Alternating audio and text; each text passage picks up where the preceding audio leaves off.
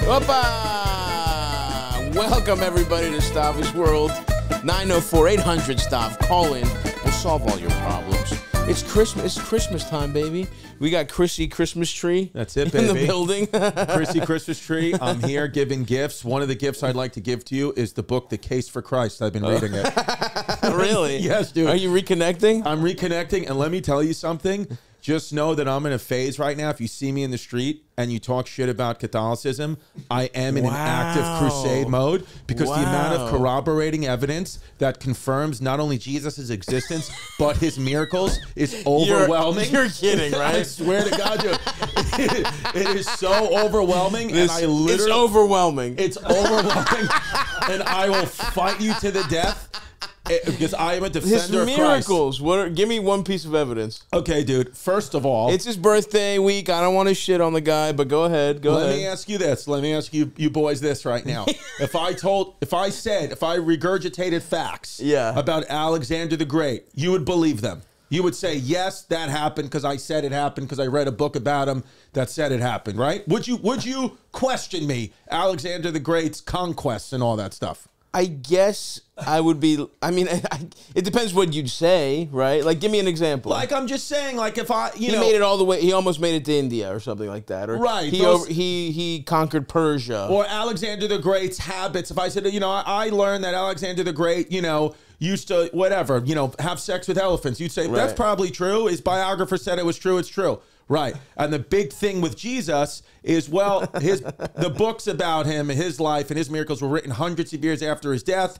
It's like a game of telephone. It doesn't work, blah, blah, blah, blah, blah. Well, I'm here to tell you as a defender of Christ that Alexander the Great's biography and everything we know about Alexander the Great was written 600 years after his death. Jesus. Everything.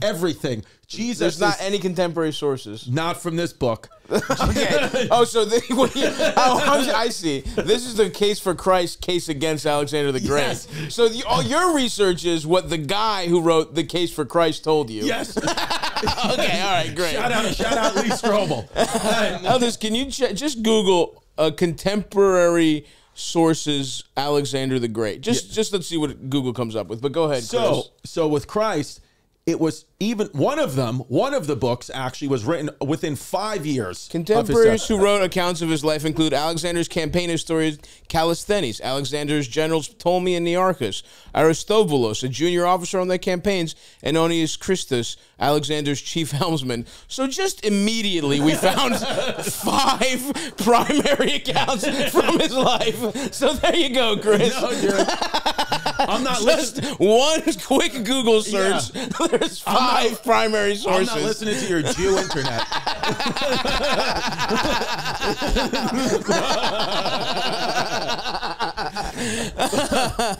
But dude, please go on. It's legit. It doesn't seem legit off this Google search. Dude, Jesus is as legit as it could be. No, he's not. And even his haters who wrote about him, disparaging him, who didn't even believe any of his bullshit in his lifetime, and they died hating Jesus, all acknowledged that something was different about him, and they talked about the guy had good vibes. Yeah, the guy had a spark. They talked about his miraculous works. Now, wow. Now this what's more interesting to me, is what happened in your life that put you down this path. Okay, what are you trying to make up for? So, you know what I mean? Did you get sucked off in Utah? And and then you saw your beautiful family, and you're like, well, how am I living like this? I need Christ. You know what I mean? Like, what is it? Well, first of all, in Utah, I don't know if you guys have been there recently, but you can't watch porn. Oh, wow. Dude, I just did Salt Lake City. It blocks your phone? Blocks your phone. Any porn site, you couldn't do anything, dude. That's crazy. It got to the point where I was like fingering my asshole in downtown Salt Lake City. And so no, but what happened was what started leading me down this case for Christ path. Now, I will also preface that I'm passionate about it and I've been converted, but I am only 80 pages into a 400-page book.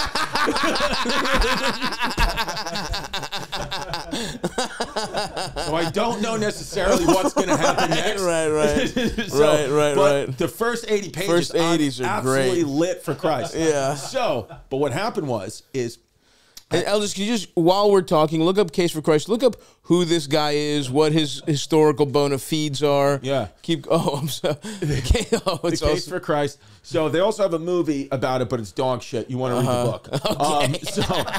Okay. Was Kevin Sorbo in the movie The Case for Christ? Yeah. Let's check and see if Kevin Sorbo was in the case. There he is. Lee Strobel. Actually, I shouldn't say it's dog shit because one of the actresses, Erica Christensen, is in it, and I do love her. Okay. She's great. So to be fair, I did only watch the first 10 minutes of the Case for Christ, the movie, and I had to turn it off because my daughter needed help. So look up Lee Strobel, Eldest, while we talk. So Lee Strobel. So this is him. So and former investigative journalist. He's written several books, including four that received Christian Book Awards, and a series which addresses challenges to the veracity of Christianity.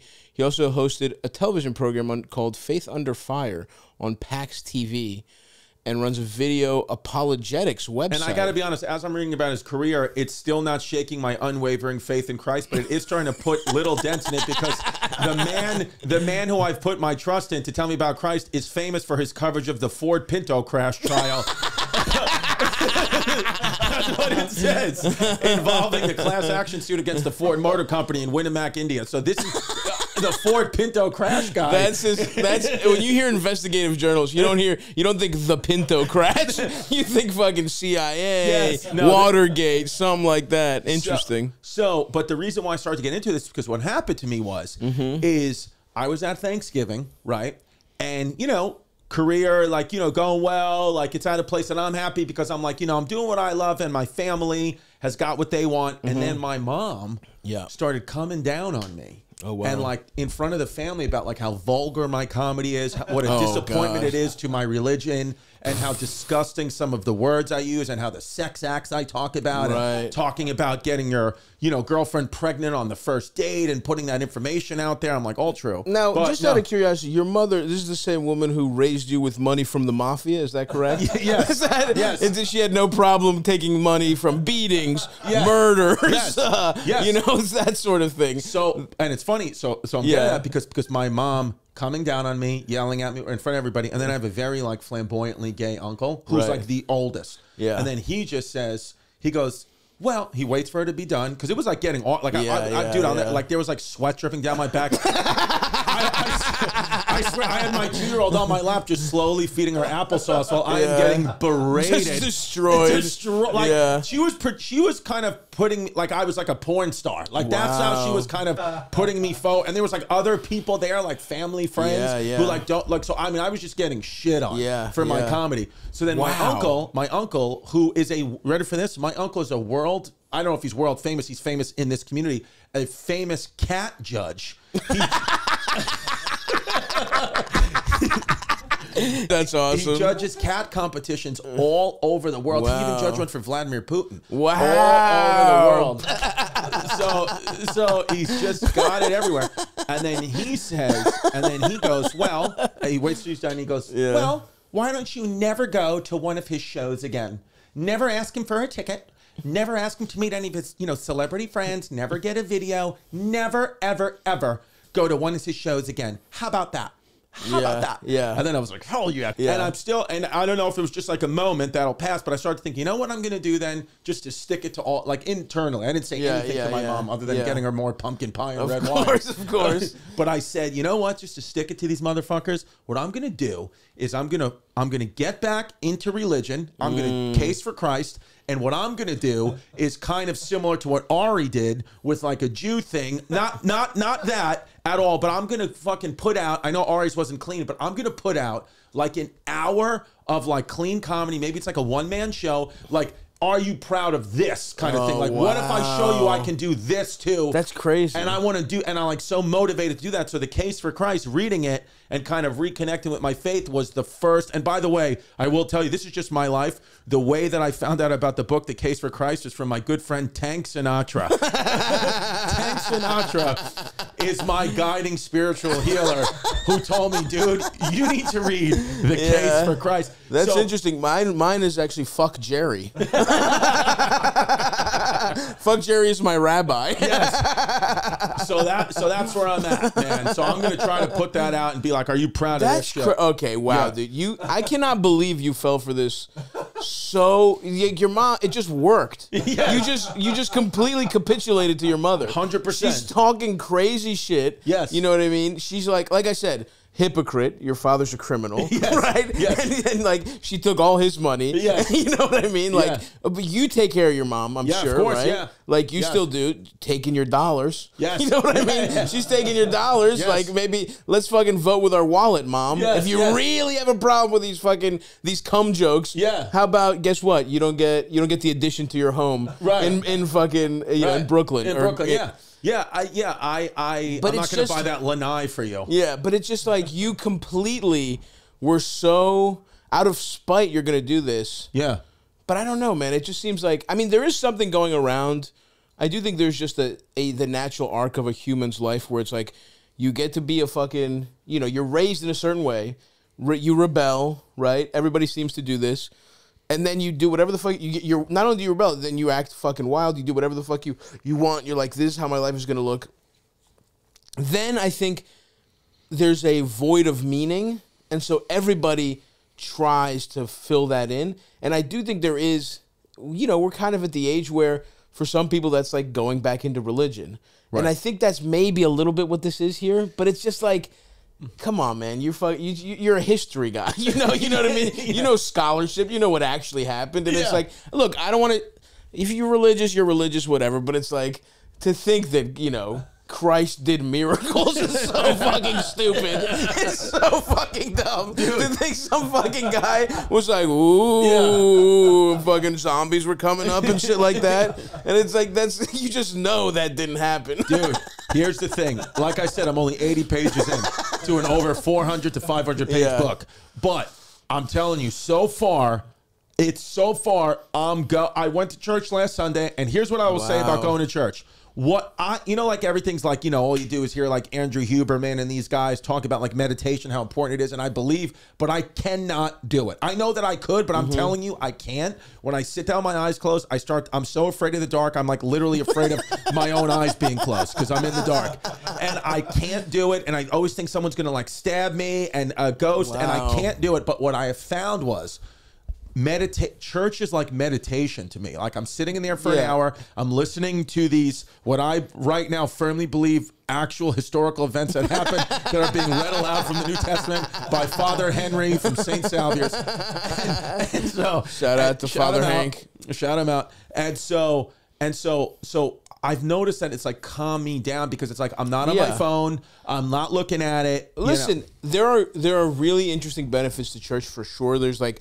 first of all, I think the strongest thing is the community aspect. Yeah, that's because like I grew up in in Greektown, Greek Orthodox Church, and we went to church every Sunday. Went to Sunday school, but it's like I didn't give a fuck about that. But it was cool to be around your friends and to like we had like church leagues, basketball. We had dances. We had like all this kind of shit. And I do think I think that is definitely missing from people, and I think that's something that community in general has been kind of destroyed, and I think that might make religion attractive to people. But I also think the actual vibes of a good church, like we had the incense going, you have the lights are low, you have fucking stained glass. It is a pretty nice place to like chill out, take a nap. Yeah, I would love to just like get a little high and just like zone. If you had an ergonomic like big chair, I would be in there and listen to fucking church, dude. Yeah, and I'd be like, this is fucking sick, dude. I'd just be snoring. You know what I mean? Like that would be if you can go chill in church. Well, that'd be awesome. That's kind of what I did, and I will just say quickly. I mean, it is insane what's happening, like just like with the algorithms. Dude, the priest was doing crowd work. He's trying to get clips. He was doing the homily. And I'm like, dude, the priest is going into the crowd asking people shit. And I'm like, if this is edited and put out with subtitles, I will become a fundamentalist Muslim. I'll do it right now. And it was one of those. But what I will say is, sitting there, like, just listen. Here's the thing. Is yes, I'm absolutely like, I don't believe all the stuff just yet. And I'm like, okay, some of it is just like, maybe that didn't happen, but it's like a message for something else. Because I do think, I have daughters the morality in society is so down. Like, it's just the moral compass on people, I believe, is so, myself included. Right. Where I'm like, I got to do something. I'm not going to put a gun to my kid's head and make them go to church like my mom did. Right. But I'm right. But I'm like, I got to do something to show some type of morality, because I think what's happened is too in my life is my oldest daughter now is 8. Right. So now she's a little person. So what she said though to me was, this is another reason going into this and just trying to think long term now, is I've always been like, love my kids or whatever, but now my 8-year-old, like, she has like feelings and opinions, and like you can talk to her almost like a little person. And about a month ago, I switched schools because we moved, and in her new school, one of her friends was like, "Oh, my dad." She came up to my daughter and she said, "Oh, my dad said that your dad is a comedian that curses a lot and is a really dirty." Yeah, I was like, what kind of fucking cuck father says that to a little kid? Yeah, I was like, what? Like, have that opinion. Yeah, but it's like, or maybe she overheard it, her friend, whatever. But anyway, she asked me, she's like, "Oh, like, do you curse a lot?" Interesting. And I was like, at times I do. I was like, but I don't think my comedy's vulgar. Yeah. And she was like, they said that it was. And I was like, oh shit. I was like, that's crazy. Yeah. That's crazy. And then so it started to make me think like, there's you can't change the past, and I gotta do the comedy that I think is right, and the art or whatever you want to call it that I think is right.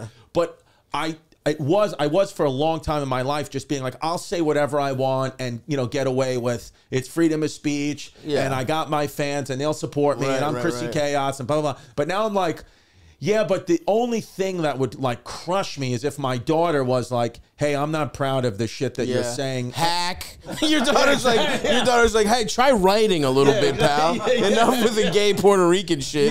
Your daughter doesn't even care about the vulgarity. She's just like, I prefer like emo Phillips. Your daughter's like a fucking alt comic. She goes, "Dad, what about Henny Youngman?" He's great. But this also probably most likely, like most things in my life, are just a phase that I'll literally abandon in about 2 months. Oh, I'll tell you exactly what it is. It's not even a phase. It's a direct like result of your mother punishing you and it working. It's you being a good boy. It's you always listening to your mom, and now you're trying to like filter it through the like, I'm an adult, I'm making this decision. Right. But what it is, your mom grounded you, and you were like, all right, I'm going to my room. And instead of your physical room, it's the metaphorical. You're spending 3 weeks grounded in Christianity. Dude, I swear, my dad, my parents have been divorced since I'm 1. So I told my dad about this, like almost like told him the story of Thanksgiving, and then was like, I'm going to go on this new path or whatever. And he thought he was going to be good, thought he was going to say, that's good for you, whatever. I swear to God, he goes, his first words, he goes, "Your mom's a crafty bitch." That's what he said. That's so funny. He knew, man. He knew exactly what you knew. Absolutely, but dude. He was like, "Yeah, whatever you're gonna do, He's man." Like, "Yeah, I don't fucking care. Just do it." He's always just do it 100%. That's all. Yeah. So his whole thing. Your dad is fucking awesome. He's a good dude, man. He's lost like he weighs like 190 pounds. Wow. Now he was like 280. Wow. Now he's 190, and he's like, "It's fucking unbelievable. I just keep losing weight." I said, "Dad, have you been checked for cancer? Are you dying?" He never even thought of that. I was like, he was like, "I haven't even changed nothing. It's just the weight's coming off." This is a man who was hospitalized because he ate too much pizza, correct? Exactly. Eldest, I don't know if you know this story. He literally, ate so much pizza, he like, what was it? So what happened was, at 2 Christmases ago, 2 or 3 Christmases ago, he ate like an entire tray of lasagna, right? Like the entire tray. It was supposed to be, his wife put it out for like the party, and my dad downed the whole tray before anybody got there. That's fucking awesome. And then she was like, "Tony, that was for the party." And so he went crazy. He was just fucking sucking it. He was watching college football, whatever, just throwing it back. So whatever, we have the party, Christmas Day, whatever. He eats even more, he just ate cookies, whatever. And then that night, I was sleeping over, and that night, and he wakes up, I hear him and my stepmom talking. He's like, "Tony, can you breathe? What's going on?" He's like, "Give me the hospital. Give me the hospital." And I'm like, "Holy shit." So I wake up, what happened? He's like, "Your father can't breathe." I'm like, "Holy shit." He's like, "But I don't think he's having a heart attack, but something's wrong." So we get him to the hospital.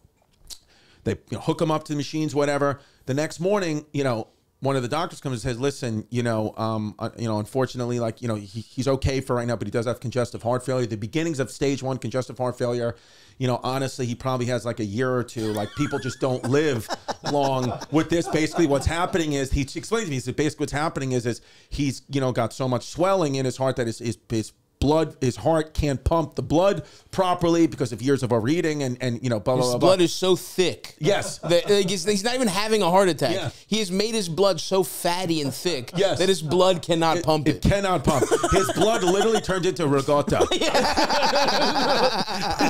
So we're like upset. Like, I was like crying. I was like, oh shit. I spoke to my friend who's a ER doctor. He was like, yeah, it's not good. Like, I could have told you that was going to happen to your dad. He's a wild man, but like, he lived a good life, whatever. Yeah. So then I'm dealing with that. About 8 hours later, they call me. They say, hey, listen, a mini miracle has happened. They said, we just reran his blood and his congestive heart failure is gone. And they said, what we think happened is he had so much sodium in one sitting that he actually fooled our EKG machines into thinking he had congestive heart failure and was going to die in a year.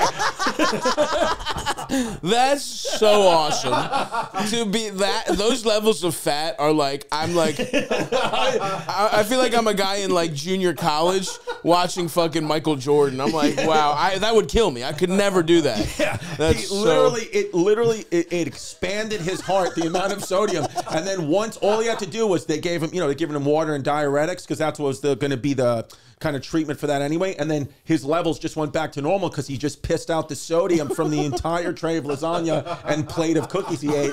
And then he just literally like gets out of the hospital, like it feels like he has a whole new lease on life, and he wanted to go to Arby's.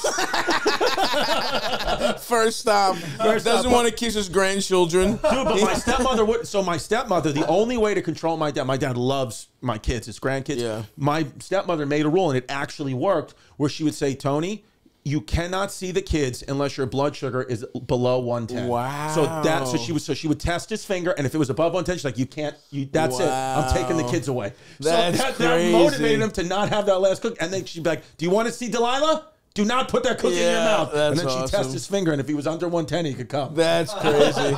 So this is the man who just thought naturally his body was healing. He naturally thought, he changed some of the diet. He was like, he said, his dieting was, instead of eating like the cheeseburger, he wouldn't eat the bun. He would just eat like the meat, the bacon, and the cheese, which I know is keto. Yeah. But that's what he would do. Or he said, I'd only eat like a little bit less. I wouldn't have like the snacks. Or he would say, I do the intermittent fasting. He's like, I stop eating at like 7 o'clock. But I'm like, yeah, but you're still having 4,000 calories from 10 to 7. And then he just literally, every time I'd see him, because he lives in Tampa, he'd be losing a little bit more weight. And I'm like thinking, whatever, not questioning. Then when it got from 280 to 180, he didn't even think. He was like, dude, it's just coming off. It's amazing. Yeah. He's like, I'm hitting my prime. I said, you could literally have cancer. The signs and is he good? What's going on? He goes to the doctor, and immediately they put him up. They test his, they give him evaluation, whatever. As soon as they put the EKG thing on his heart, they said, you have a heart arrhythmia. You need to go to the hospital immediately. The reason you've been losing so much weight is because your heart is not conducting properly electrically. Wow. So your body is like shedding weight because your heart is pumping so hard internally. It's like you're running a marathon every day of your life, but you're just sitting there not feeling it at all. That's crazy. So it is absolutely 100% because you have a heart condition that needs to be fixed immediately. And he was in emergency surgery immediately. This is like the 5th time where the doctors have been like, I cannot believe you survived this for years of your life. Like, do you think, like, I think about your dad a lot, right? I don't know. I mean, I met him a couple times. Yeah. We were randomly at a Knicks game, which was one of the best. Oh, I love that. I still remember that. That was one of the funnest, like, just seeing you and your dad was so sick. You and Sam behind us? Yeah, it was fucking perfect. We had such a great time. If only the Knicks were winning the first half. Yeah. That first half was one of the best. Was that a playoff game? It was the Heat. Yeah, the Heat series. But I think, like, how many guys, because the classic, because your dad, you talked about it, right? I'm not fucking saying anything. Your dad was in the mob, literally. Right. He went, but how many people, no one gets out of the mob, right? No. You die or you spend like a life sentence, right? Your dad, spent a little time. Yeah. Spent a little time, did a little bit here or there, but pretty much gets out. Yeah. Right? Like, doesn't, you know, never really faced crazy. He wasn't like they seized his assets or anything. Like, was a great dad to you, right? Best. Like, was with you constantly. The best. Great. Is a great grandfather. Has survived multiple marinara sauce health incidents, right? Like, just has a nice house, lives in fucking Florida. Has a, you told me, still fucks his wife, even though he's old as shit. You know what I mean? Like, dick still works. It's like, he might be one of the luckiest guys of all time. It feels like he lives an enchanted life, right? Like where he has like a literal fairy godmother. He literally, like, he is one of those guys, like, luck. He will tell you though, like, when it's interesting because when I look at my father, I'm like, what a lucky man. Right. And then like when he talks to me, like I remember like the lessons from when I was a kid, when he would pick me up from my mother's house in Queens and drive me in 3 hours worth of traffic back to his house on Staten Island. He would just have life lessons. He would talk to me about the Yankees and yell at me about like their pitching staff and stuff. I'm like, I'm 11. I don't know what's going on, you know? And then, but he would always tell me, he's like, I remember he would tell me, if you want to know exactly what not to do in life, you look no further than your father. You do not want to be this. So you just see what I'm doing in life and you do the opposite and you'll be okay. And I remember hearing that, being like, you're like the man. Like you're an absolute hero. And when I would tell that to my mom, she'd be like, you listen to your father. He's an asshole. You know, but I never, because I do understand now as I've gotten older. Like I tell story on stage about like when he took me to Yankee Stadium and he made me, you know, we're a Dwight Gooden's no-hitter and he made me make believe I had special needs to get better seats behind home plate. And you know, this whole thing. And I'm like, I get as an adult now how like a mother would be like, I cannot spend my life with this man. He's an idiot. But to a child, he was my hero.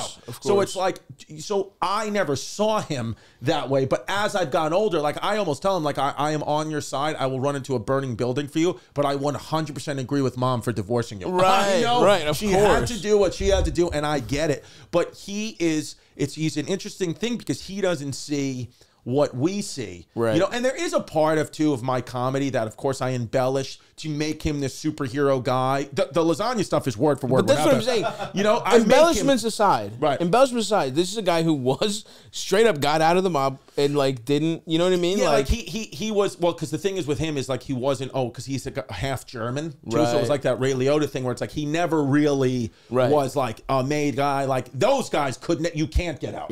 My dad was more of like not even an associate, like just working around, you know, with the guys gambling and kind of around. So those were his crew. But did he have a real job when you were growing up? Exactly. No, exactly. I remember I would call a number. It was a different number almost every month. He would tell my mom what the new number is, and then I would call that number, and he or someone would pick up and go, accounting.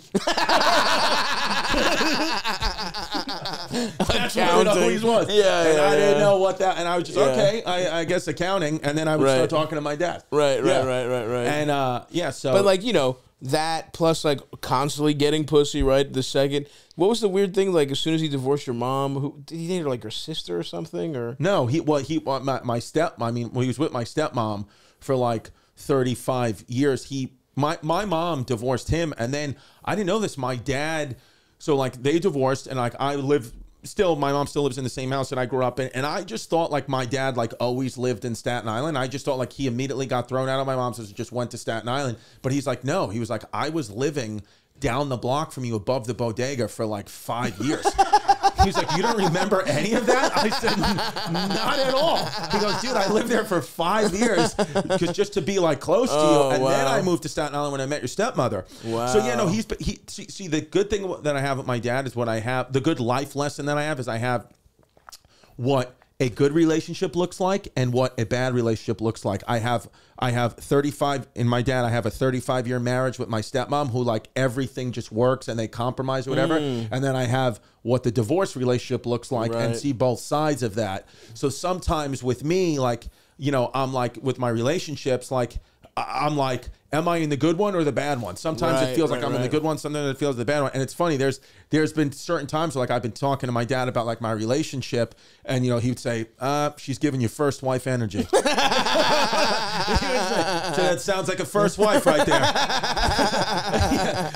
You know, because it used to be like pretty drama, but now you know my relationship is good. But I remember he would say that first wife energy, and I was like, oh shit! Like I would laugh at it, but like, oh, I see what you mean. Like that's how I guess my mom and him were. Like everything was a problem. Everything was a fucking headache where, like, if you know you're in the like the right relationship that my dad, like they just, every day is a compromise for them. A happy compromise. They never, like she's never once, my stepmom yelled at my dad for the things my mom would yell at him about. And it's not that my mom's a bad person and my stepmom's a great person. It's just the chemistry with those two didn't work. Right. That's all it is. Oh, truly, ultimately, it's like if people just match up. That's it. It's like you could have the two greatest people in the world. If the chemistry's not there, it is not going to work. And I'm kind of learning that, you know, as I've gotten older. Like we've always heard it, oh, chemistry, but it's like you kind of have to live it. Like I feel like going into, I'm 39 now. Yeah. So like going into like next year being 40, it's like I'm starting to feel like this is like the best time because I'm like, I just know what I want, what I don't want. And I've made so many incredible mistakes that I've learned all those lessons of like sitting in fear because I said something or like, you know, fucking cheating on a girlfriend and be like, she's going to find out, like all that I've went through that already. I'm like, I'm like living peacefully. Now, like I don't have any drama. You're feeling good these days? So far I feel good. I mean, listen, you get ups and downs. The most drama I have now is when I say something disparaging about my family on a podcast, and I'm like, are they going to hear that? But even that, my mom kind of released me from. I'm like, they don't give a shit. They think my shit sucks anyway. Yeah, that's true. She fucked up. Yeah, she fucked up being like, you vulgar. You're bringing down our youth with your disgusting words. That's so funny, dude. No, well, whatever. I feel like this is definitely a phase, and it's a phase. You know, but I will. But with that being said, I am reading simultaneously The Case for Christ and The People's History of the United States by Howard Zinn, and I'm ready to rock. People's History is good. And I just finished You're basically two different teenagers right now. You're a fucking evangelical, and you're a fucking like me when I was like, dude, America's fucked up, man. I remember reading The People's History at 16, and I was basically AJ Soprano, where he's talking about that's the Columbus. He's reading Howard Zinn in the Columbus episode, and you know that's when they have that big argument where he's like, he was a slaver and he was a rapist, and Tony's like, don't you ever disrespect an Italian like that, you know? I'm like so somebody funny. Like right now, like I'm for abortions and the wall.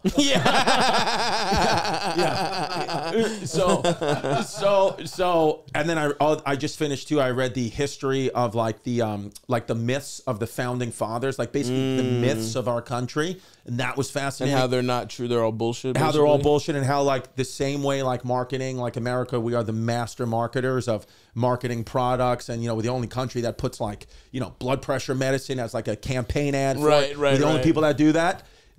That's how our country was founded. It was like just marketing techniques to get people to fight for the revolution, when most of the people were like, why would we don't give a fuck? England actually protects us from, on the 13 colonies. It was like there were the Spanish down south that wanted to kill us, the French up north that wanted to kill us, the Indians to the west that wanted to kill us. The only reason none of them killed us because they were like, we're backed by the British Empire. They'll kill you. And then a few dudes were like, fuck them, dude. Fuck taxes. We want to make all that money. I want to get that cotton money. So let's tell these motherfuckers, we're not fighting. But let's let them all kill themselves and get killed in battle because, like, the revolution, blah, blah, blah. It was all bullshit. And I'm like, wow, dude. I mean, again, as my unwavering, the only things that are unwavering in my life are Christ and the United States.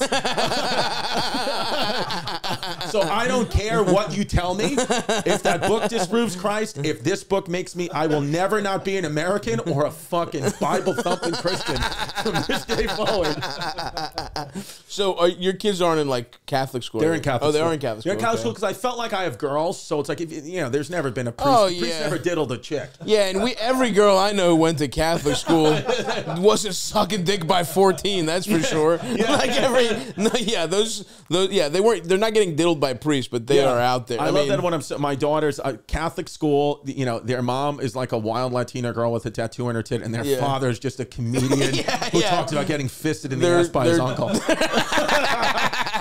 They're toast. Your kids, no shot of being like just regular. I should send them to Palestine now for a better life. That's so funny. You're like, Catholic school will be fine. They're not. No girls get molested over there. No, you're right. No. Priests are mostly gay. I do though feel like with Catholic school, like it's one of those things where it's like, like when they say like if you survive a plane crash, like you're good, like it will never happen again. I kind of feel like Are they? I mean, how many more kids can they honestly clip with the whole world is watching them? Right, you can't get away with it now. Right. So I think now is the safest time. On September 12th, take a vacation to Manhattan. It's not happening again. You know what I mean? No, dude. No, I only fly on 9/11. It will not happen. That's smart, man. You're a fucking genius for that one. Dude. They'll be learning stuff like there were no primary sources for Alexander the Great. Yeah. They'll be learning just bullshit. Yeah. By the way, and I will say, and when you pulled that up, I immediately remembered that it wasn't Alexander the Great. The book said the Prophet Muhammad. It was his biography that wasn't written until a couple hundred years later. I think Alexander the Great was immediately... There's also no way that's true either. Yeah. Contemporary sources about Prophet Muhammad of Islam. For sure that's what's fascinating to me is that like, especially the work of Ibn Shimon. Yeah. Anyway, whatever. What's really fascinating to me is that how much like okay, we talk about there's the debate about Jesus, a real person. There's no debate about Muhammad, and like to the point where it's like his family, like were like his descendants were like royalty. They engaged in wars. Like that's fascinating to me because I always thought like every religion is like mostly bullshit. And it's like this one. Actually, this guy's fucking sons and shit was like. So are you saying the only truth there is Islam? It's Islam, yeah. No, I'm really coming around. I'm not even kidding. Like I'm not joking. Islam is the one where I'm like, I'm really interested in it in a way because I did the whole, I did the whole like. I grew up religious, not super religious. Greek Orthodoxy is like kind of Greek people aren't that religious, but you go to church. Yeah. I believe in the Bible, all that stuff. And then the classic thing happened where I was like, literally the nicest guy I ever met, like one of the greatest people I ever met, got inoperable brain cancer, like, and died like 1 month before his grandson was born. And then I was like, wait a second, why would God let this happen? Like, it was just that first moment of like, hey, wait, there's no like justice or fairness in the world and God exists. Well, either God is not real or he's a piece of shit. Like, I just had that like thought every 15-year-old pretty much, or, which I would hope. That's the thing. It's like, I realize that's not true, but it does feel like people are going to, religious people are going to be like, fuck you, stuff. But it's like, it does feel like religion is childish. Right. It's like baby shit. Right. You know what I mean? It's like, no, do this and everything's good. Yes. Even if your entire life sucks dick, there's a secret place where everything's awesome. You just have to pay me every year and follow my rules and everything's going to be okay. And so I looked into and apparently there was, at the time where Jesus was around, there was a new Jew said he was the Messiah every week. Yes. You know what I mean? Like there's just talk about that in the book. Yeah, and that like, yes, he existed, but he was definitely a four brown man, right? He's not that sexy, long-haired, blonde, guy. He's just like some fucking guy like this. That looks like Anthony DeVito, probably. 100%. And he doesn't look like Annie Letterman. No. And that, so much of it was just like right place, right time. Right. The thing almost like gets sucked into the algorithm. Christianity almost gets sucked into their version of the algorithm and just spreads. The right religion, the right leaders, sovereign leaders adopt Christianity. It becomes a political thing to be like, oh, if I'm Christian, I can have all this land, whatever, right? But I never really looked into Islam, and I was like, holy shit, this is fascinating. The guy just really existed. And then you see some genealogical shit where it's like, because of how royalty intermixes, that the Queen of England is related to the Prophet Muhammad because she's like 0.0000, you know what I mean? Because it's like he marries some king of Spain, you know what I mean? Like somebody marries a king of Spain or whatever. Yeah. And I don't know. Anyway, it's fascinating, and I'm coming around, dude. And by the way, I don't know. Islam, Arab girls are hot. I like a big nose and curly hair and big titties. They're beautiful. Sign me up. They're beautiful. I remember Mo Amer, who's went on to huge things now, but there was a point in 2017, 2018 when I was co-parenting. I was living alone. I had an apartment in downtown Brooklyn. I would have my daughter over every other weekend or every weekend, and Mo used to sleep on my couch. When he would come to New York, he would sleep on my couch. And I remember one day I woke up a little late, and Mo was sleeping on my couch, and my daughter had woken up, and they were out there, and Mo was cooking breakfast. He's an amazing cook. He was cooking pea soup.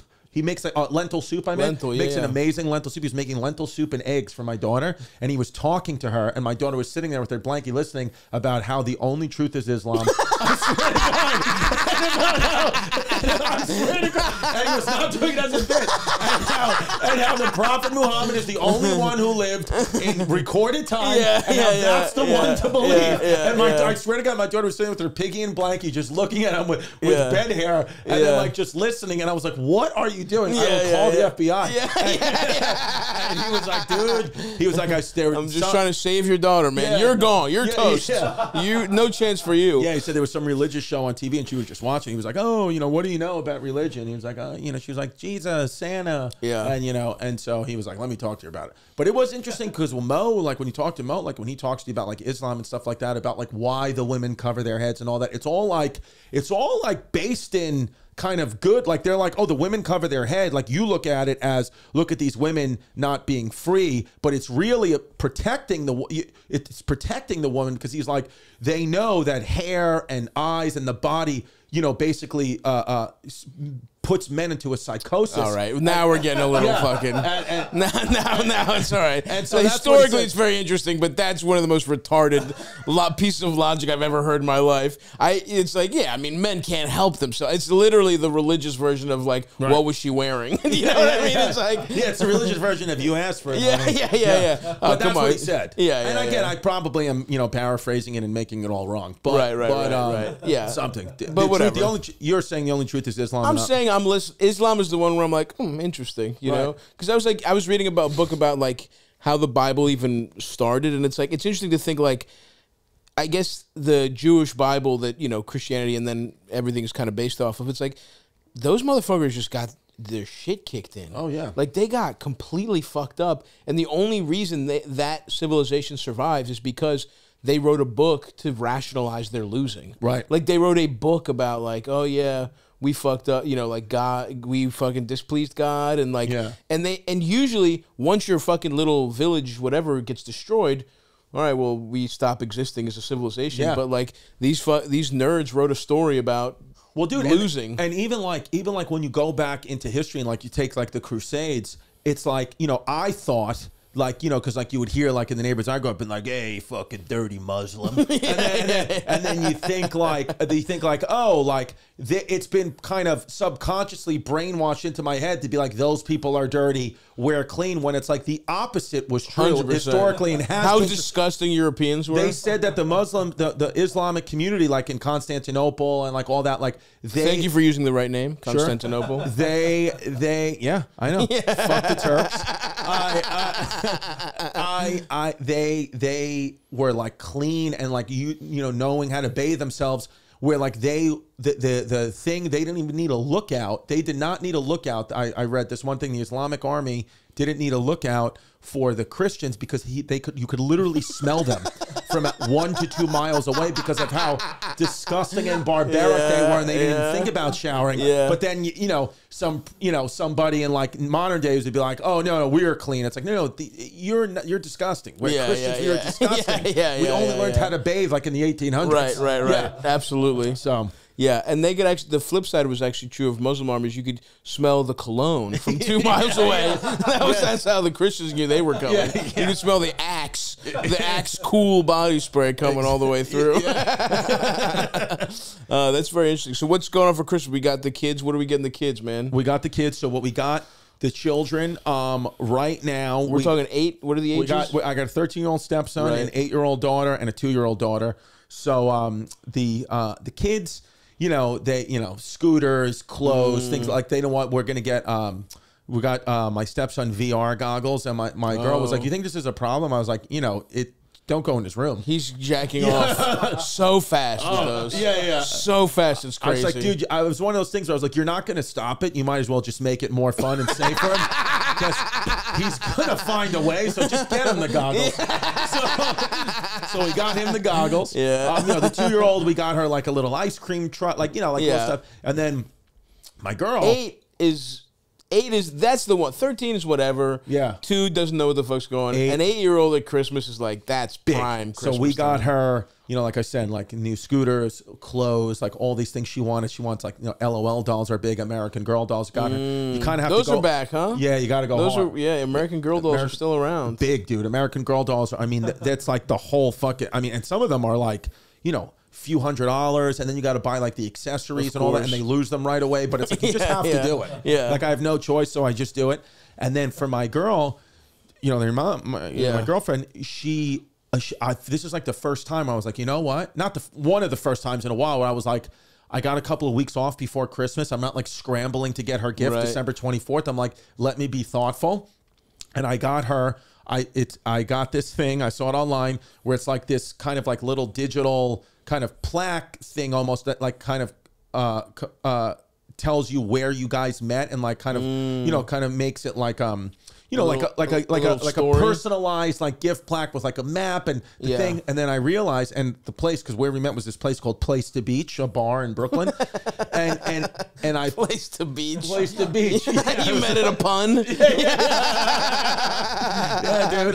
New York love story. And then I met, and then we got that, and then they have this whole thing where they kind of make it look cool, like on a map, like where it is. And then I got it, and it just came in the mail 2 days ago, and I look at it. And I was like, look at Place to Beach, cool, everything's cool. And then I look, and I'm like, the map is in Chicago.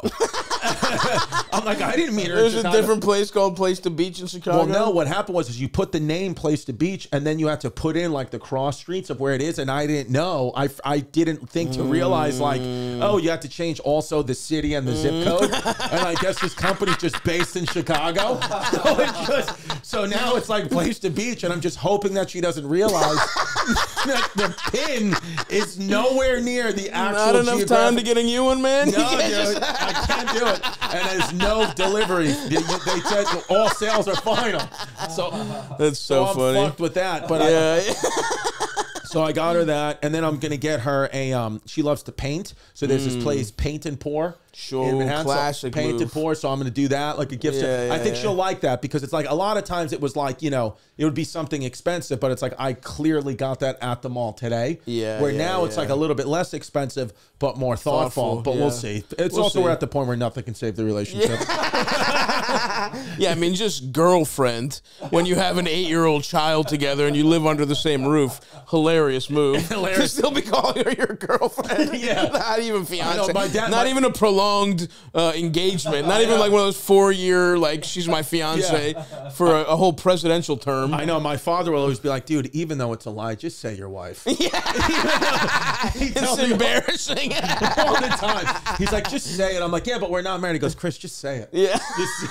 Aren't you at a certain point common law married? No, it was brought to my attention by a lawyer that does not exist legally in New York State. Just brought to his attention. He didn't pay for a consultation with a lawyer. I was like, listen, we're not married or anything. Just randomly a lawyer told me about that. How much alimony are we talking for a common law? He was like, it doesn't exist, sir. You're like, oh my God, you're thank a good abogado. Yeah. I love it. Well, why don't we fucking fire up some questions? We got Chrissy, we got a father, a boyfriend, a Christian, a new evangelical Christian. So why don't we bring let's get some of his clean, no cursing advice to our friends here, Eldest. I appreciate that. Hey, yo, Stavvy, Eldest, whoever's with y'all. Fucking love you guys, dude. So I had a holiday-themed question, more or less.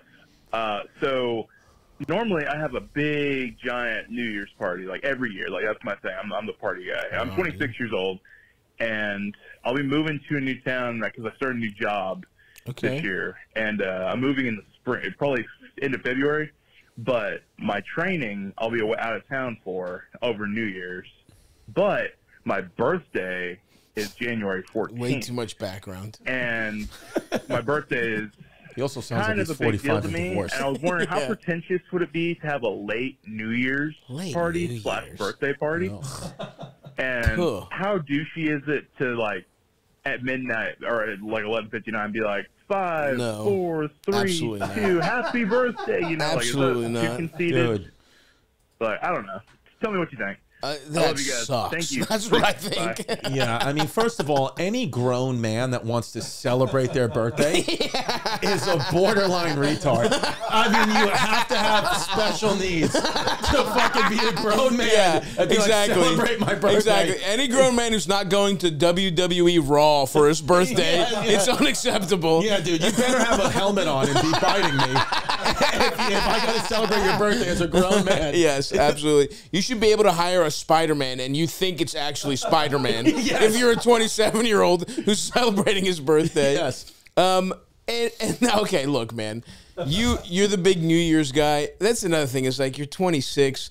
This is actually perfect for you. You're literally growing up. Your new job is stopping you from having your fucking New Year's party. Yes. This is metaphorically, you should be like, okay, life has stopped me from doing this. Yes. Because New Year's also is a child's holiday. Yep. Like I'm like birthday, it's almost like, yeah, if you're a grown man who's like, it's my birthday week, whatever, that's that's annoying, but it's like, look, birthday, you have a nice steak dinner with a friend. You know what I mean? Get your friends simple. together. Keep it, but like throwing your own party, or like if your girl wants to throw you a surprise party, or like your friends want to do something nice for you, whatever.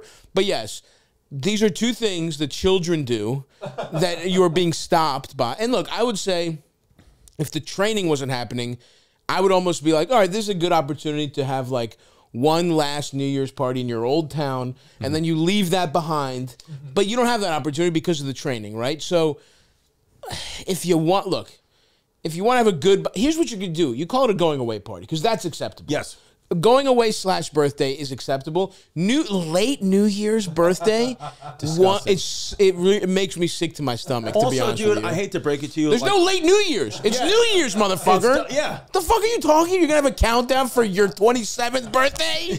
Come on, dude. It's a meaningless birthday. Dude, it gets to a point where like you should only have one birthday a decade. 30, 40, 50. After you're a teenage, I mean, dude, nobody cares about your 27th birthday. Yes. Truly, it might be the most irrelevant birthday of all time. That's true. Unless you're a musician, and then that's you're gonna die for any good. Exactly. Yeah. So yeah, dude. Yeah. So I'm glad you called in because this is a fucking horrible idea. Yeah. We will give you the cover of a going away party because that is something like, that's a chapter in your life, and you can get all that like, little kid throw a party energy out with your big going away party. Call it a birthday / going away. It's not a New Year's party. That's embarrassing to try and having. I mean, truly, I feel sorry for you for even asking this out loud. Yeah. A New Year's party in the middle of January. So, going away / birthday party, have a blast. Put all that energy into it because that's going away is fun. That's a big thing. Let that die at that party. Right. It can still be the symbolic end of this chapter of your life.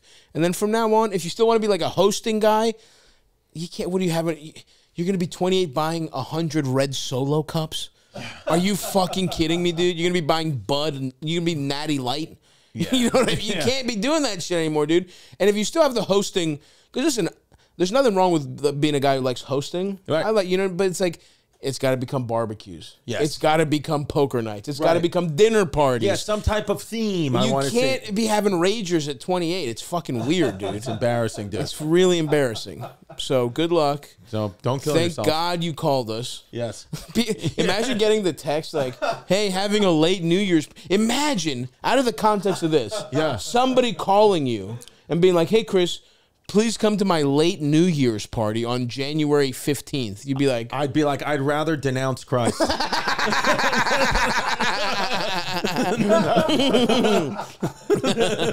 All right, next question, Big Eldo.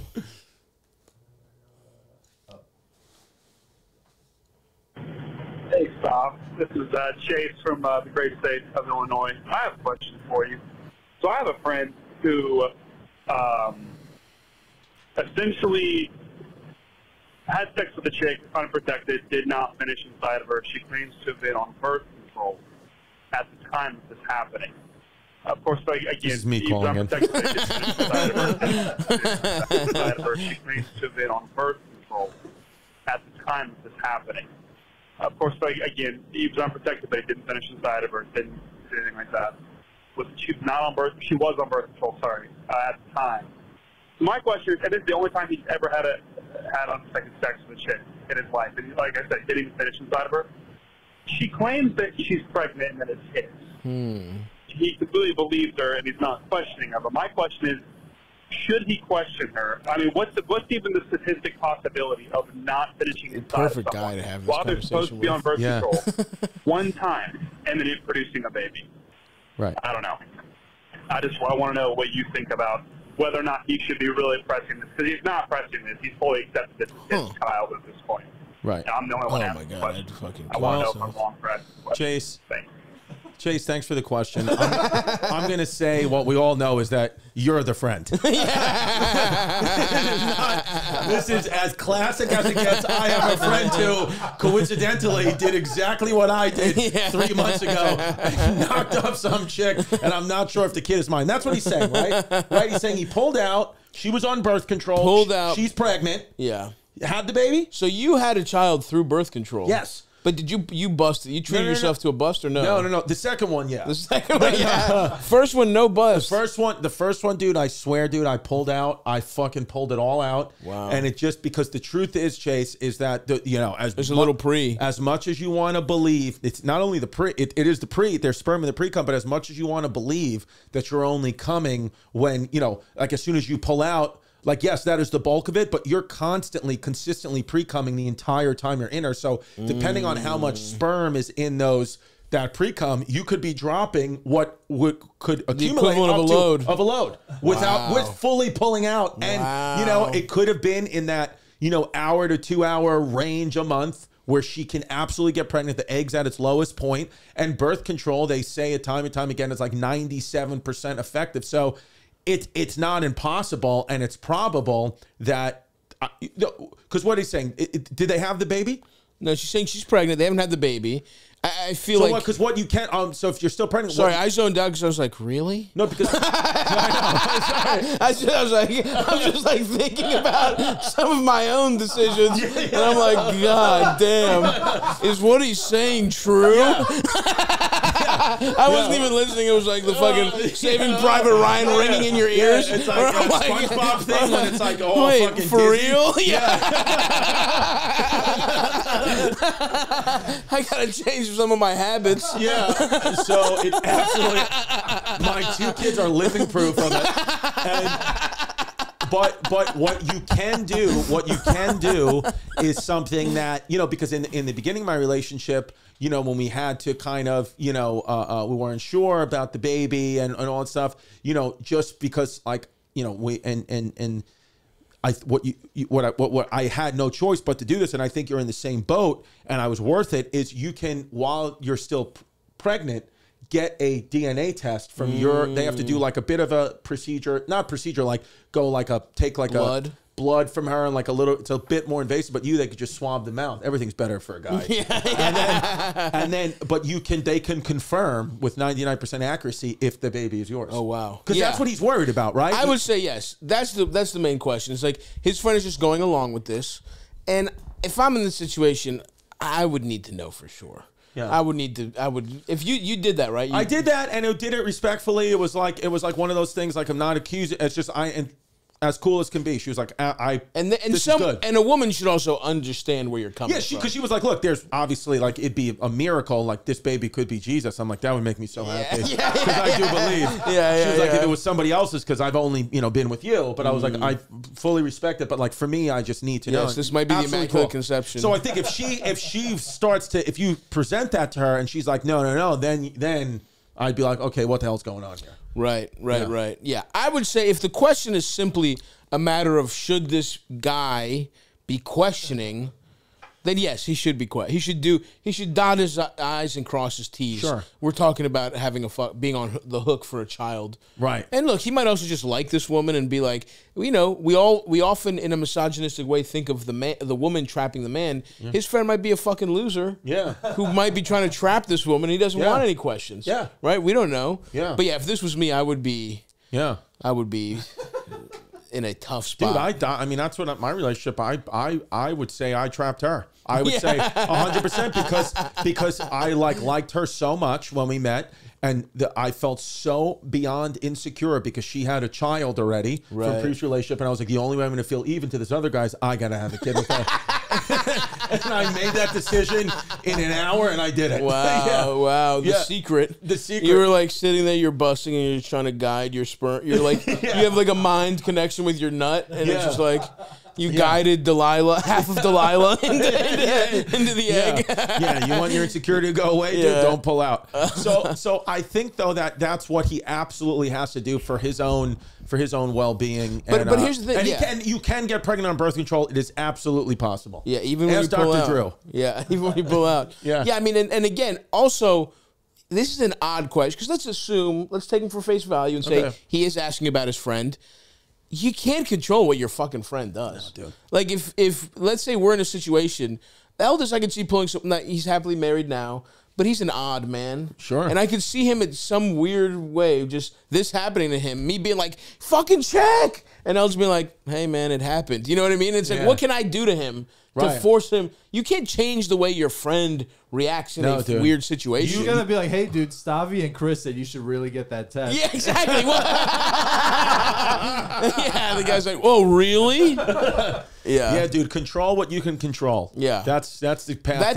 That's actually another better lesson here for this guy, because I've been this guy too, where it's like you see your friends making what you think are mistakes, and half the time you're right, but half the time you're wrong, right? You can't control anybody's life, your friend, and you have to make peace in your late 20s, early 30s as a man. It's like you're going to drift apart from your friends a little bit in a way that you don't like. You're not going to see each other all the time. I mean, unless you get your life is hilarious and you hire your friend to be your podcast producer and tour manager, and now you hang out more than when you were children. Yeah. We literally we do the exact same things we did when we were 11 years old on the like monthly sleepover that we would have because he lived in a different, part of town. Now that's our entire lives. Yeah. We try, but it's like, unless you have this set up, you're going to grow apart from your fucking friends a little bit. Sure. And you just have to make peace with it, and you have to realize, like, nobody likes a busybody. Nobody likes somebody sticking his nose into any fucking business. For all you know, he might love this. It might be weird, but he might love this woman,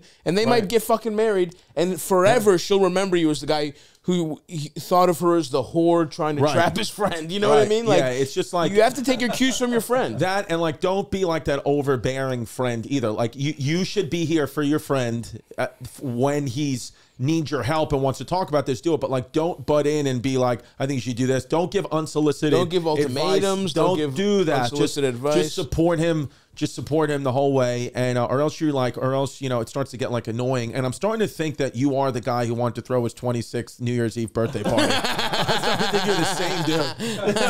This is the same caller. Yeah, and like now he's not going to be at my party, my surprise party that I'm January asking 14th for New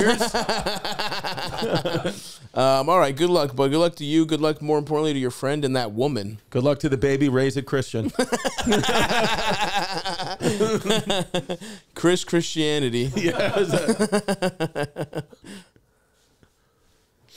Hey, Stav. Happy holidays. This is a holiday question. Hey, Eldest. Hey, guest. This also got cut off since re-recording. So I'm in kind of a standoff with my long-term girlfriend right now because last year we all went to a thing at her very annoying sister's house, which she doesn't really like her either, but, they're sisters. They have to try and get along. It was a potluck / white elephant / costume party, which sucks because not only is it too many events in one event, but you're having to spend a minimum of $30 on a gift. That was her minimum, was $30, which everyone says was too high. Okay. But like, not only then you also have to bring food. It's like $5 too high. Yeah. It's not like, they didn't say 50. Yeah. A white elephant's $20. With Biden inflation, it's up to 30. Yeah. It's not like, to complain about 30, you're on a bad, you're already off on a bad What is foot. a white elephant party? It's like the gift exchange where everybody has a chance to steal. Oh, okay. Okay, like, got it. You know what I mean? It. That kind of bullshit. But go ahead, Elders. On a gift, that was her minimum, was $30, which everyone says was too high. But like, not only that, but then you also have to bring food yourself. It's not even providing food. It's annoying. And you have to have a costume. So it's just like an enormous burden on the guests. I was getting on him for the price point. That was, but like, I could absolutely see how annoying this is. I'm not bringing my own food. Own food plus gift plus costume. No. One has to go minimum. One has to go minimum. Was pissed off to go there in the first place. But then we get to the White Elephant. I got like, a smaller, nice bottle of liquor. A lot of the other people got like, adult practical gifts. But the thing that the sister got was one of those Chewbacca masks from Toys R Us that makes noise when you open your mouth, which apparently is $30. And of course, lo and behold, I end up with the fucking Chewbacca mask, and I am not happy about this proceeding, and I am visually upset about it. I don't say anything to the sister, but like she knows that I am like very fucking annoyed by her event in general. And this year, she's having another weird bullshit event. But this time, it's another White Elephant with the minimum being $50. Oh wow! And I don't want to go. My girlfriend really wants us to go together, but I can't go unless I apologize for being unpleasant or ungrateful the previous year. Pause this for a second. And I don't want to do that either. This is so interesting because, like, his attitude is wrong, right? He's looking for a fight, but he has a point at every turn. Yes. It's like you're bringing the wrong energy to this, right? Like, you're looking to get pissed off. Right. Which is an issue, right? Like, I guarantee you, when he walked in there and he saw that Chewbacca mask, he said, I better not fucking get that Chewbacca mask or I'm going to be a fucking cunt about it. And he almost like, he was mad to be there, so he was like, I'm leaving this up to God. And if I get the Chewbacca mask, I get to behave the way I want to behave. Right. And that's your problem, is that like, you let yourself off the hook. Look, you knew what you were doing, bro. You were going to a dumb bitch's Christmas party as a favor to your girlfriend. We have to do shit for our friends and our significant others that suck dick and are gay, right? And that's part of the fucking thing. You want to have a good relationship? Yeah. Sometimes you suck it up and do something that sucks to make her happy. Yeah. Even though it is annoying and everything you've described is annoying, you were too much of a cunt about it. Right. But that's party one. Now, let's continue this. I have some thoughts on the other part, but there's so much. There's such a deep, rich text that we have to kind of break it up. I don't think I was in the wrong to be pissed off. I don't want to apologize, and if I don't apologize, then I don't have to go. But of course, this is a relationship that I care about very deeply. We've been together for several years, and I want things to go smoothly. How do I apologize and just go and spend $50 fucking on a fake gift, or do I try and stand my ground? What do you think I do here? How do I navigate this, holiday family situation? Thanks so much. Bye. I mean, okay. I hate this guy so much. I know. Because the thing is, he's being a baby, but I see where he's coming from. Yeah, he's in a toxic relationship. And I've been here, too, where I'm like, I have a good point. Here's the problem, though. Having a good point doesn't matter. No, dude. Like I said, there's no justice in life. No. There's nothing is as it should be. Life is feelings, not facts. That's common good. thing. That It's is about good. it's emotions. That is a great way to look at it. So stop worrying about the facts, dude. This is all feelings. Yes. Fuck Ben Shapiro. Yes, seriously. Feelings don't care about your facts. You're right. Because you have a great case for a lawyer. But we're not talking about law here. We're talking about your relationship. Yeah. Now, I am actually... I would say you have to suck up everything. The apology is what even is getting to me. Where I'm like, I have to apologize? I mean, unless he was like, oh, cool, a fucking Chewbacca man. Like, I guess we don't know how much of a cunt he was, right? Like, oh, I'm a dumb bitch. Did he put it on? Yeah. Oh, who am I? Oh, I'm making everybody spend $100 for her gay-ass party. If you did that, then yeah, apologize. Yeah. But if you were just like, rolled your eyes a little bit, the apology is... But now I'm projecting. As long as you didn't like get the mask and be like, this looks like your sister, you dumb bitch. And then threw it at her husband's face or something. But now I'm really curious about this apology, right? Because every other aspect of this, I would say, go, be a good sport, don't be a cunt, you know what I mean? Just like, and also it's like, dude, you're a fucking grown man. Yes, it's annoying, but costume, potluck, $50 gift, what is that? $100? Yeah. Like, come on, we're not like you're not in college where $100 makes or break. Like, yes, again, it's annoying, but it's like whatever. And I would say, if the apology's out of this, I would say 100% you're in the wrong.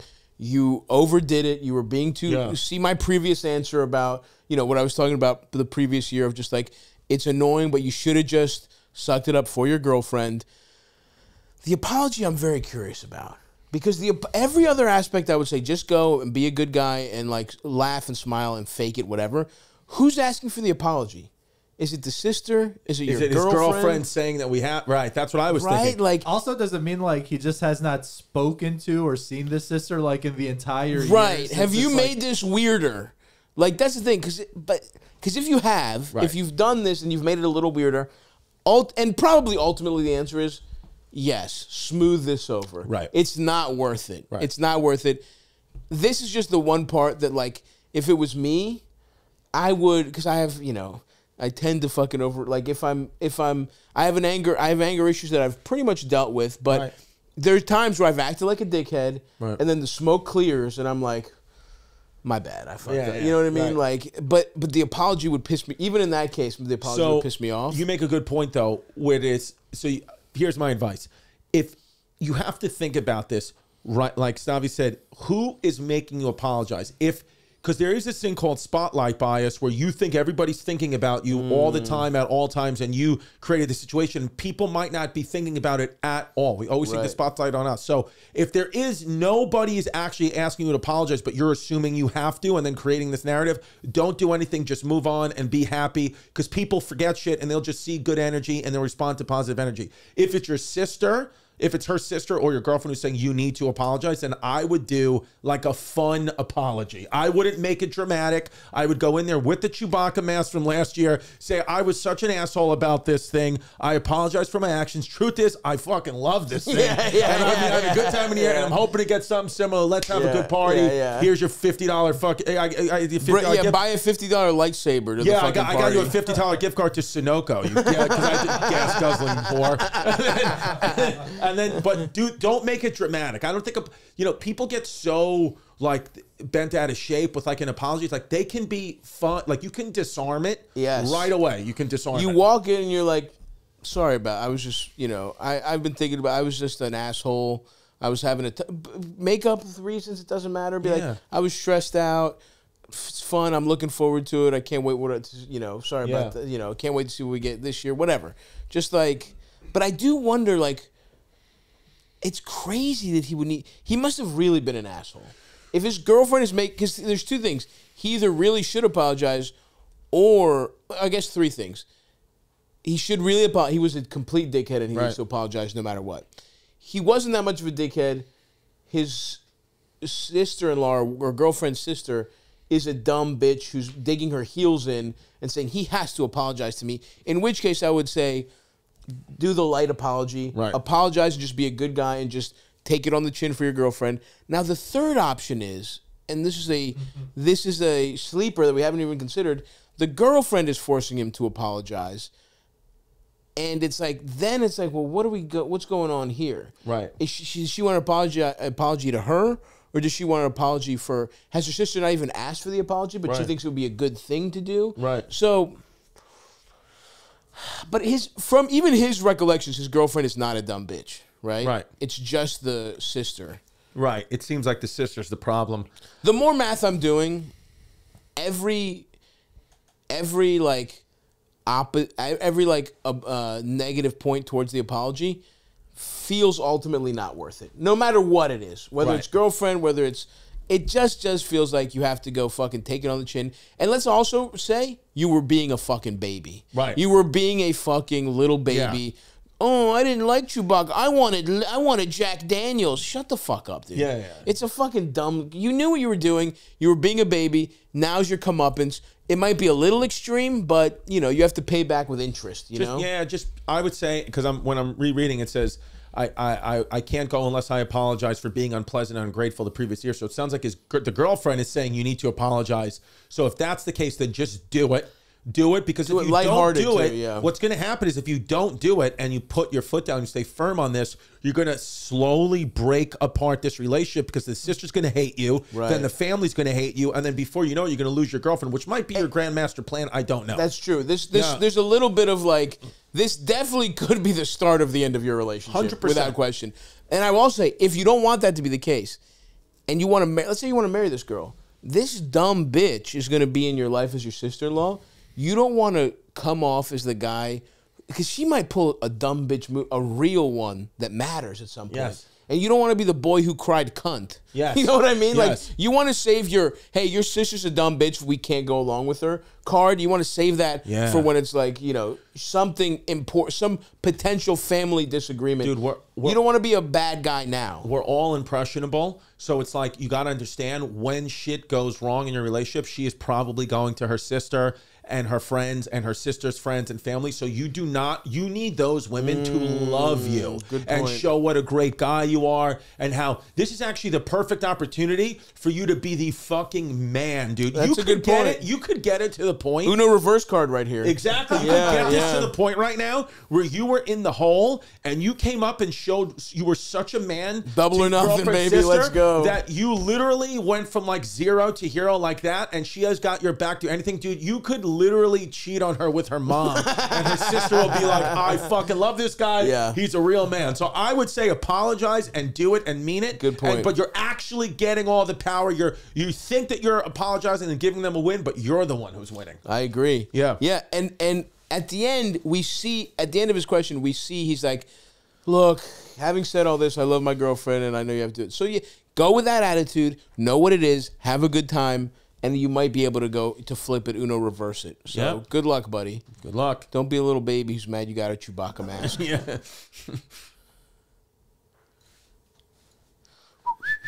Dude, I got fucking annihilated last night at the Knicks game. Yep. And then right behind me was Anthony Rizzo, the first baseman for the Yankees, and Aaron Judge. Get the fuck out of Like here. literally right behind me. What the fuck? So I knew Anthony Rizzo a little bit because we did a show together on MLB Network, and it was funny. We were talking. He was like, you know, he looks good. He's jacked or whatever. Yeah. And I do this thing where like I guess people's waist sizes. And I was like, oh, 36, 32. He was like, that's weird. You knew that. I'm like, dude, I fucking know what's going on. His wife was like laughing or whatever. Yeah. And then like throughout the Ranger game, all these people, fans walking by, be like, oh shit, the Aaron Judge. Yeah. They're like, Aaron Judge, fucking Judge, Aaron. It's like keeps going on, whatever. And then at the end, like in the third period, like this group of people like walk by and they're like, Aaron Judge. And I was like, what about Anthony Rizzo? And I was like, fuck Aaron Judge. This guy lost 50 pounds. He's 36, 32. And dude, it was funny because I took a chance and I looked back and they were dying laughing. Judge and Rizzo were laughing at me. And I just kept it going. I was like, fuck you guys. I'm about Anthony Rizzo. He deserves the big contract. He's my Ohtani. And then Rizzo after the game was like, yo, give me your number, dude. And then Judge gave me a head. And I was like, oh, that was fucking awesome. Smart. Rizzo's the annoying sister in this analogy, That's right. You were being great to him. We know Judge is fucking, cooler. Judge is the guy. Yeah. Smart move. Learn from Chrissy, my friend. That's it, dude. That's awesome. Eldest, what do we got, babe? Stavvy, eldest guest, love the show. I'm 33, 6'3", good career, and do okay with the ladies. Nice. Here's the problem. I love woman with big boobs. I love woman with big boobs. Why did he turn Indian in there? Here's the problem. I love woman big boobs, not women. Problem. I love woman with big boobs. I felt the same way since I was 13, and the feeling has only gotten stronger. Okay. I've tried dating gorgeous women without the bazungas, and always feel a chest-sized hole in my heart. We're talking minimum triple Ds, but honestly, I prefer larger. I know what comes with the territory. Chubby, curvy, saggy, I'm all in. I know this sounds bad, but it's he definitely did. From a good By the way, place. it doesn't sound bad. Why does it sound bad? He said, I'm all in. I know this sounds bad. Yeah, no, it's not bad, dude. It's weird that you even think it's bad. You like what you like. But anyway, chubby, I love chubby women. Let's let him finish before we go in on him. That's my fault. With a rack. I'm serious about marriage and looking for a sophisticated, attractive woman. However, if curvy ladies get any sense that you're in it for the jugs, it's over. No, it's You're not. the expert, and I need your advice. What are you talking Where can I meet quality, voluptuous woman? How can I win her heart? He's back. Big boob, please. I need the big woman boob. Quality voluptuous women is hilarious. Need voluptuous woman, big time boob, good quality. I don't see the issue, man. There's no issue. I love curvy, voluptuous women too. Of course. And by the way, saying like you have some hang-ups here. I don't think it's that you're in it for the jugs. You clearly have a little fat phobia, this guy. Right. You know, you're clearly being like, I know it sounds bad, but I like a fat woman. It's like, that's fine. Yeah. Like, and in fact, like, you just have to stop with the stigma of it being bad. That's not bad. No. Like, that's, you have to recognize, you need to, unless you're simply fetishizing these women and you do look down on them in a weird way, but this guy of all people should understand, like, you know, there's nothing, because people definitely do judge fat people. There's a moral judgment with fat because you can see our issue. Like, it's like, you know, we can't see. Imagine if you got a freckle every time, you know, you cheated on your wife or you fucking gambled or some shit like that. It's like, you see when a fat person. So it's like, there is a moral thing in this country where we treat people, not in this country, it's actually worse. In Europe here, at least people are fucking fat as shit. But, and even he said, I've tried dating gorgeous women without bazungas. And it's like, so what? These women aren't gorgeous? These chubby girls aren't gorgeous? They are. Some of the hottest. You've had some incredibly hot women that are fucking plus size. What are we talking about here? And it's like for me, from like just a kind of like evolutionary point of view, like I'm constantly looking at and finding voluptuous, heavier women with like big wide hips because I'm like I'm subconsciously being like my baby's going to get through that birth canal and its head's not going to get smushed and she's got big fat boobs that are good for milk and laying my baby's head down. That's what actually attracts men. So I'm like I don't it almost feels like it's not a curvy lady issue, it's a you issue. It's a him issue. You might have been when I'm hypothesizing here is you probably were a fat porker of a kid, got fat shamed a lot. Now you've mentioned right away that you're 6'3", so you want us to know that you're a prowess, you know, kind of prowessing guy here. So you might have been a little fucking chubby little shit cupcake, and now you're not, and you're thinking like, hey, I deserve a not fat person. I'm not fat anymore. It's like then your fucking thinking's all wrong. Yeah, dude. I personally think like I've never had to me a woman's weight has never been a factor in like her physical attractiveness. It's been like, you know, like I like faces. I mean, I love like if you're heavy and you have huge tits and a fat ass, I'm in. Absolutely. You can't if you're going to be you're going to be heavy or skinny. I just like boobs and a big butt. So I don't care what that comes. Your stomach size is irrelevant. Yes. What do your tits and ass look like? Absolutely. Absolutely. Amen, sir. Thank you. Give him the applause, Aldous. Yeah. So I agree with you. And here's the other thing.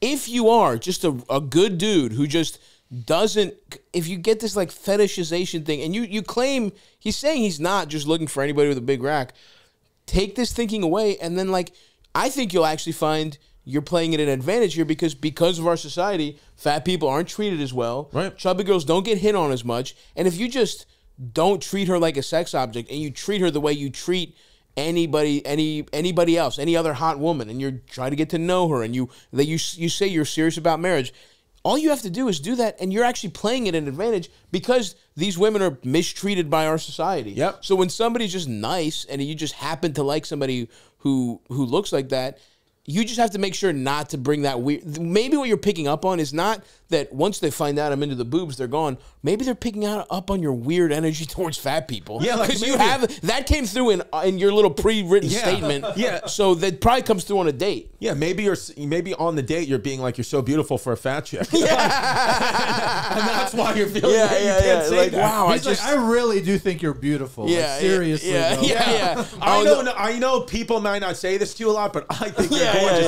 Am I crazy for saying I know. I've gotten a DM from a hot woman who was just like, for some reason I need you, and it's like, this would have been the best DM of my life if I didn't see the for some reason. Oh yeah, dude. You know the comments. Am I the only one that thinks Chris is hot? Yeah, it's just like Jesus. So yeah, dude, don't be like, yeah, I've tried dating hot women, but you just do it for me. Yeah. Don't say shit like that. Be a regular guy, be a cool guy, and you're fine, dude. You're fine, yeah. You have a little fat phobia to take care of, though, my friend. Let's do one more before we have to send Christy to pick up his I'm children. gonna get my kids, man. We're going to Bible study. Here we go. Hey, Eldest. Hey, Stavvy. I called last night, but I was so fucking high on some homemade edibles. I feel like my heart was beating out of my chest, and I was fucking all riled up when I made that call. So I wanted to try again. I got a holiday-themed question for you. Awesome. 20 I seconds just proposed to my now fiance. We've been together like 6 years. Her dad is he's like a Fox News conservative dad, you know, pretty basic stereotype, but he's a good dude. So I made sure to call him and talk to him, and he's like, "Oh, you have my blessing," whole 9 yards type of shit. Found out after I proposed that he's gonna pay for the whole wedding. Ooh, and he's willing to drop awesome. 25 grand to have a nice classy wedding, which I mean it fits his type, but I wasn't straight up expecting it. 25 grand. Which leads me to my holiday themed question. What the hell? We just feel pressure that we need to get him a good Christmas gift or something. Oh, no. I don't know. It just feels awkward. He's pretty much giving us a $25,000 present. What the hell do you in response? I don't know. We had he likes birds, so we had this little shitty little bird house we were gonna give him that we beforehand, but that doesn't really seem adequate. He's going to be out of the country, so we're not going to be seeing him for a little bit till after Christmas, honestly. So we have some extra time. Second family? But I don't know. It's what the hell do we get somebody who's getting us a $25,000 present? It's a lot of pressure. It feels weird. I feel like maybe we just need to go sentimental route or something. But anyway, that's my question. Love the show. Dude, I got to say, this father-in-law's got him by the balls. I was going to say the greatest gift, dude. The greatest gift you can give him is probably another guy who can pay for his daughter's only wedding. That's probably the gift that he's hoping for. Oh, that my does God. suck. What I will say, it's a nice gesture, beautiful gesture. I would try to do the same for my daughter. I think this matching, you're never going to match a $25,000 gift, so I think if you're going to get a gift, sentimental is around. I think forget about money. That has nothing to do with money. Should be not in the equation. If he likes birds and it's a birdhouse, maybe you custom make it for him, paint it something, sentimental value, because whatever gift you give him is not going to, fill the $25,000 hole. So it doesn't matter. And it's also he's doing this for himself too. Yeah. It's look, he's doing this because he wants to give his daughter a fucking crazy wedding. He's been thinking about this. It's also a status symbol for a lot of these motherfuckers to have and like you said, what kind of shit town are you living in where 25 grand is, that's, you guys are going to get some Miller Lite kegs. That's, but again, it's it's beautiful. It's a really nice gesture, and you're right. But it's also that's just part of your kid's life.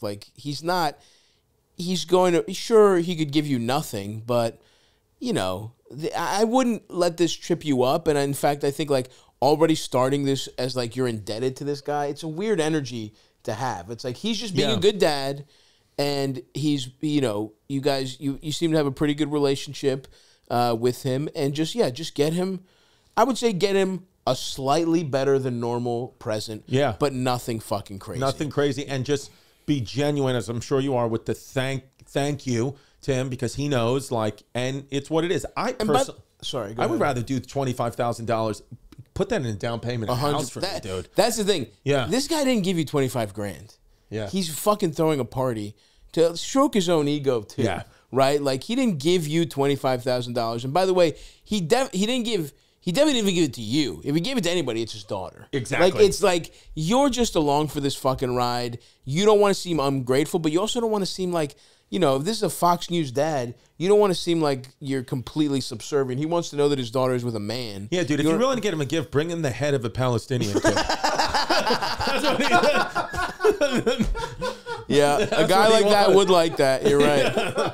Yeah, denounce Hamas at the wedding during your toast if you really want to make him feel good. Yeah, dude, that's all you could do. Yeah, don't bring up anything Israel's up to. You know what I mean? Get a bunch of migrants. Say that they're defending the Holy Land. He'll probably love that. He'll love that. You know, in fact. Just talk about how it's the end of days. Yes. We're clearly seeing it. These conservatives, their dicks are hard. They literally think Israel's going to nuke Palestine so hard that Jesus comes back. Yeah, dude. So if anything, get him a sandal. Yeah, dude. Some sandals, a tunic. Get him a cameo from Megyn Kelly. Yeah. Get Tucker Carlson to be like, dude, do that. What's going on here? It looks like your daughter's getting married. Congratulations. I hope he's not a homo. I hope she's not marrying a closet homosexual. Yeah, dude, you're good, and yeah, don't let this trip you up too much. It's for his daughter. It's for him to a certain extent, and just be a fuck. This doesn't, in my opinion, it doesn't change much in your relationship. This always is like a father-in-law has more money. They're always going to chip something in to the wedding, and you know you want to be nice. You want to continue your good relationship, but you don't have to feel like you're fucking. You know, this really, honestly, it's kind of on your wife. Right. It's on your wife because he's giving his little girl the wedding she wants. Yeah. She's not. You were when he was putting away this $25,000. He never for 1 second thought about you. Yeah. It's about his fucking. So just support her.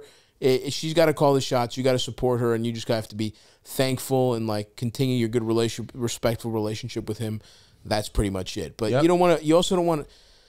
You don't want to be a guy who's like bought so easily by his fucking father, by his in-laws, dude. You know, I mean, he sounds pretty young. He'll figure all this shit out. But you know, write him a nice letter for the holidays. That's a little nice handwrite. Yeah, something actual you put in the time. Yeah, I like that. Sentimental. Yeah, because it really isn't about the money. It's about like just hooking his girl up for the wedding and just write this guy a nice little note and don't, he's just.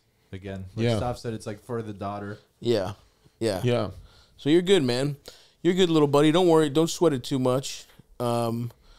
This guy's got way more money than that, probably. If he's giving 25 for, if he's giving 25 for a wedding, and also like he's for the real. He's out of the country. If he was really, if he really was like, oh, this guy is going to be the guy for my daughter, he would have put it in the house. He was like, I'm just going to have a party. I'm not investing anything in their future. I'm not going to put it in a down payment house. That'll be the second husband. That's right. Yeah. That ought to do it for us, Chris. Anything you want people to, anything to plug, anything for people to see? Obviously keep Christ, in your heart, in your mind. His ways, his miracles are upon us, and they're happening each and every day. Yeah, Chris wants to plug the first 80 pages of that book he's reading. Praise for Christ. Dude, chapters 1 to 4 are amazing. 20-page chapters. Yes. Oh, wow. If you want real intellectual stuff. If you want to hear my sermons, go to ChristyComedy.com. I got shows rounding out the tour: LA, San Diego, Reno, Nevada, Washington, D.C., Nashville. ChristyComedy.com. My podcast, Christy Chaos with Mike Cannon, and Hey Babe with Sal Volcano. You can check those out. Two great guys. That's it, baby. I love it. Thank you, Chris. Thanks for coming. Merry Christmas, everybody. We'll see you next week. We'll see you, we got a Christmas episode, and we're ending the year with we're going to catch up with some of our Patreon subscribers. People have called in. We did a live call-in show. So thanks, guys, and we'll talk to you next week. Bye-bye.